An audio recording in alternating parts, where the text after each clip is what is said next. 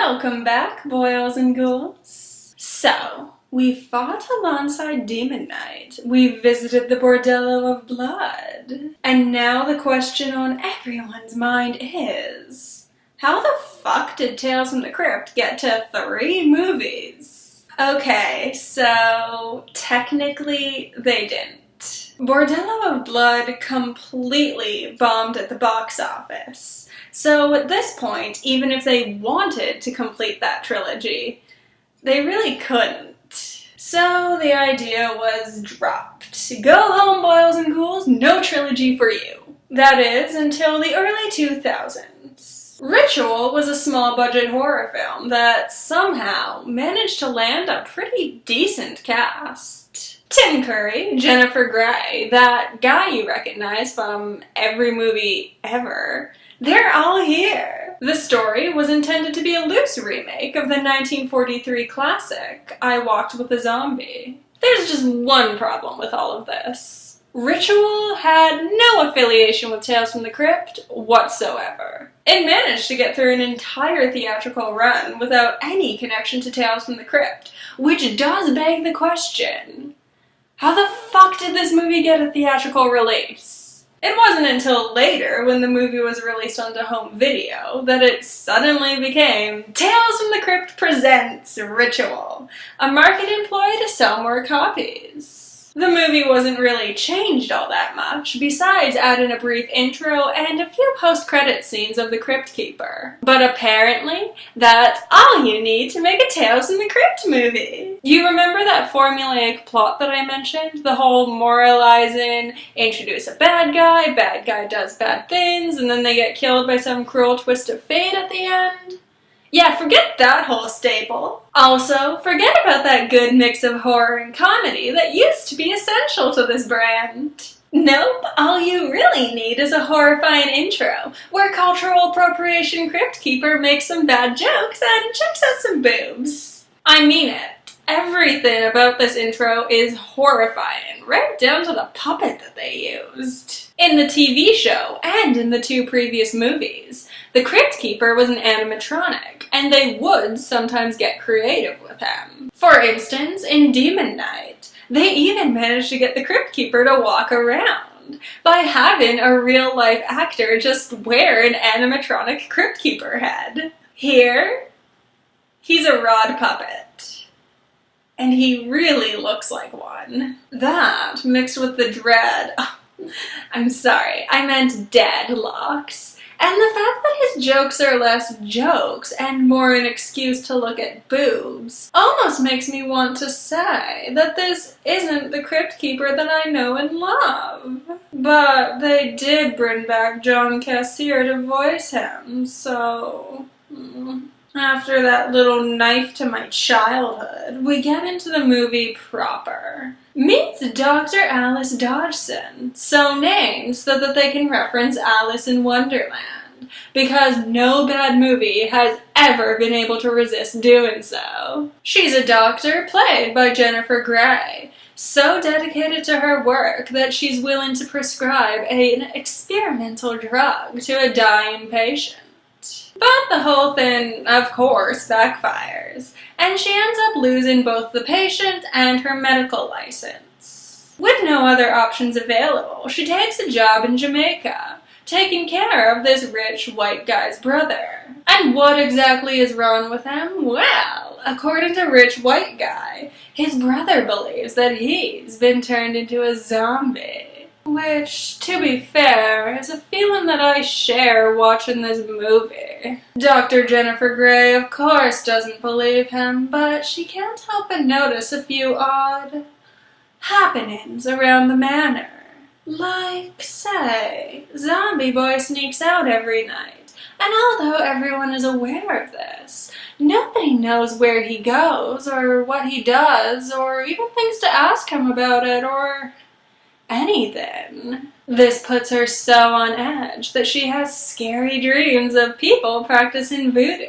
Nightmares, cause how else are you gonna put scary scenes in a not at all scary movie? Anyway, Dr. Jennifer Grey tries to get familiar with some of the people that live around the old manor, including a retired doctor played by Tim Curry, and a seductive young woman named Cairo.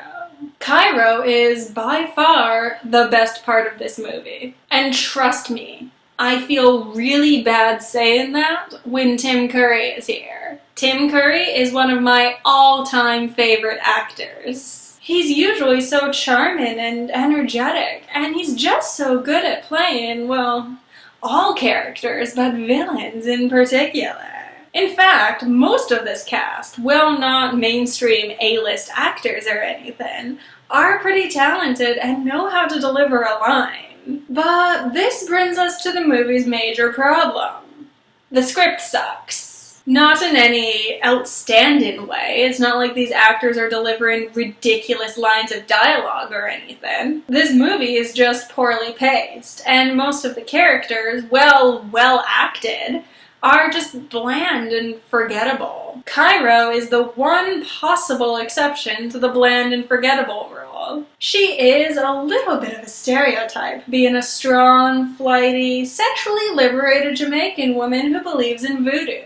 But the point is, at least I can describe her character. Everyone else here is just like plain white bread, stale rice cake, glass of lukewarm tap water. At least Cairo actually does things that's oddly refreshing for this movie. And more than that, considering I just came off of Bordello of Blood, it is kind of nice to see a woman be unapologetically sexual, without the movie trying to say that she's some horrible demon that deserves to die because of it. Good on you, Tales from the Crypt, a step in the right direction. I know you had absolutely no involvement in the making of this movie, but still. But then we have the rest of these mind-numbing, directionless, boring characters. And maybe you're thinking right now, that's okay. A movie doesn't need interesting characters if it's heavily plot-based. Well, guess what, boils and ghouls? It isn't that either. Most of this movie involves Dr. Jennifer Grey trying to figure out what's wrong with Zombie Boy. But everyone keeps pulling her away to parties. I do get what they were going for here. It's supposed to be a slow build. You know, building mystery and all that. But because these characters aren't interesting, and because this movie is nearly 2 hours long, I really do think that its intent was to turn the audience into a zombie. Okay, what are some important plot points here? So, Dr. Jennifer Grey visits this voodoo doctor, who tells her that he doesn't turn people into zombies, but there is someone in town more powerful than him who does. Every time the Dr. Jennifer Grey talks to someone about this, they start experiencing horrifying hallucinations, which leads her to believe that whatever Zombie Boy has is a virus, and it's spreading. They go to a party. Dr. Jennifer Grey finds out that she wasn't the first doctor to work on Zombie Boy, and that the first one died of a heart attack. Which somehow makes Zombie Boy a murder suspect. Dr. Jennifer Grey starts receiving hallucinations of Zombie Boy killing people. They hang out with Tim Curry for a while. Tim Curry talks on the phone with someone about how he's going to reveal everything to Dr. Jennifer Grey, but he gets murdered before he can. Dr. Jennifer Grey visits the voodoo doctor again, dancing. Dr. Jennifer Grey very randomly remembers that Tim Curry had cats, which for some reason makes her want to check their blood. Okay, finally. We've reached the point in the movie where the characters are starting to figure out what's happening. It only took us 800 years to get here, and it's aged me horribly, but we're here. So as it turns out, Zombie Boy isn't a zombie at all. Rather, rich white guy made a deal with Tim Curry to develop a virus that would incapacitate Zombie Boy for a little while, and leave control of the estate to him. In order to keep this secret, rich white guy murdered the previous doctor and Tim Curry and a few other people along the way. Okay, so There's no voodoo, just this one crazy guy. That's manageable. All you have to do is get to the authorities and prove what's happening, which shouldn't be too difficult as long as you've got Zombie Boy with you. Okay, Dr. Jennifer Grey, go to the authorities. Go on! Why is she warning rich white guy that she's onto him? Surprise, surprise, this backfires. Rich white guy has his henchman hunts Dr. Jennifer Grey and Cairo down. Well, he kidnaps Zombie Boy and decides to make him into an actual zombie. Which begs the question, if he could have done this all along, then why didn't he open with this? Just saying, would have been a lot easier than getting Tim Curry to create an entirely new virus for you. Dr. Jennifer Grey breaks in to stop it, but oh no, twist upon twist. It turns out that the stronger, badder voodoo doctor was Cairo all along. Wait, so Cairo is like an actual witch?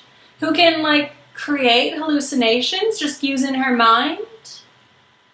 She really is the best part of this movie. Cairo then goes into this big long monologue about how she's actually the daughter of a servant that rich white guy's father knocked up and then murdered, and now she wants revenge because of it. And through all of this, I'm just thinking, I kind of want her to win. I mean, I know that she's turning people into zombies, and that's bad. But at least she's more morally upstanding than rich white guy who murdered multiple innocent people to keep a secret. And besides, she's just kind of badass. And I'm sick of these characters, who I'm pretty sure were all turned into zombies a long time ago. Let's kill them all. But now Cairo gets zombie dust blown into her face, allowing Dr. Jennifer Grey and Zombie Boy to get married. Well, she spends the rest of her life in a vegetative state, getting raped by rich white guy's henchmen. I'm not even kidding about that last part. The movie goes out of its way to establish that. One question, was anyone satisfied with that ending? No? Well, too bad. Final thoughts. If we're talking about it as a Tales from the Crypt movie, it really does feel out of place. If you look at the scripts that were both considered and accepted for the trilogy, they all had one thing in common. They were all horror comedies. Whether they be like Bordello of Blood, with its overall lighthearted tone, or like Demon Knight, with its one strong comedic character. Every movie at least made an attempt to be both horrifying and funny. Ritual makes absolutely no attempt at comedy. It's more like a bad drama that so desperately wants to be horror that it just threw in a few hallucinations and nightmare sequences and hoped that that would count. Really, it doesn't at all surprise me to hear that they just threw Tales from the Crypt Presents on as an afterthought. But if we're talking about this movie in its own right, it still sucks. There is nothing memorable about this film. It's not good, but it's also not bad enough to be fun. If the lines were a little bit more ridiculous, or if the actors weren't nearly so good, then maybe this would be fun to watch. But as it isn't good enough to be good, and it isn't bad enough to be cheesy. It just lands in that awkward in-between stage where I can't recommend it to anyone for any reason. But hey, at least one good thing came out of this movie. Tales from the Crypt completed its trilogy. Thank you for watching, boils and ghouls, and make sure to join me next time.